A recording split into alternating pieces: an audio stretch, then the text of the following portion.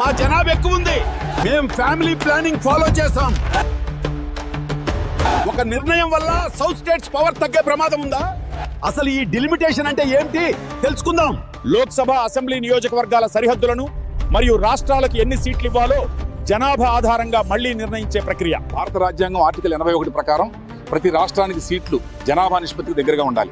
Article 82 ప్రకారం ప్రతి జనగణన తర్వాత ఇది రివ్యూ అవ్వాలి. ఇప్పటి వరకు మనం 1971 జనాభా ఆధారంగా సీట్లు ఫిక్స్ చేసుకున్నాం.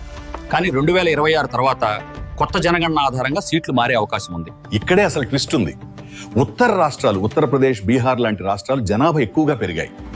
అంటే వాళ్ళకి ఎక్కువ సీట్లు వచ్చే అవకాశం ఉంది. కానీ సౌత్ స్టేట్స్ తమిళనాడు, కర్ణాటక, కేరళ, తెలుగు రాష్ట్రాల్లో జనాభా నియంత్రణలో ముందున్నాయి. ఇప్పుడు ప్రశ్న ఏంటంటే, జనాభా తగ్గించిన రాష్ట్రాలకు రివార్డ్ ఇవ్వాలా, లేక పాపులేషన్ ఎక్కువ ఉన్న రాష్ట్రాలకు పవర్ ఇవ్వాలా?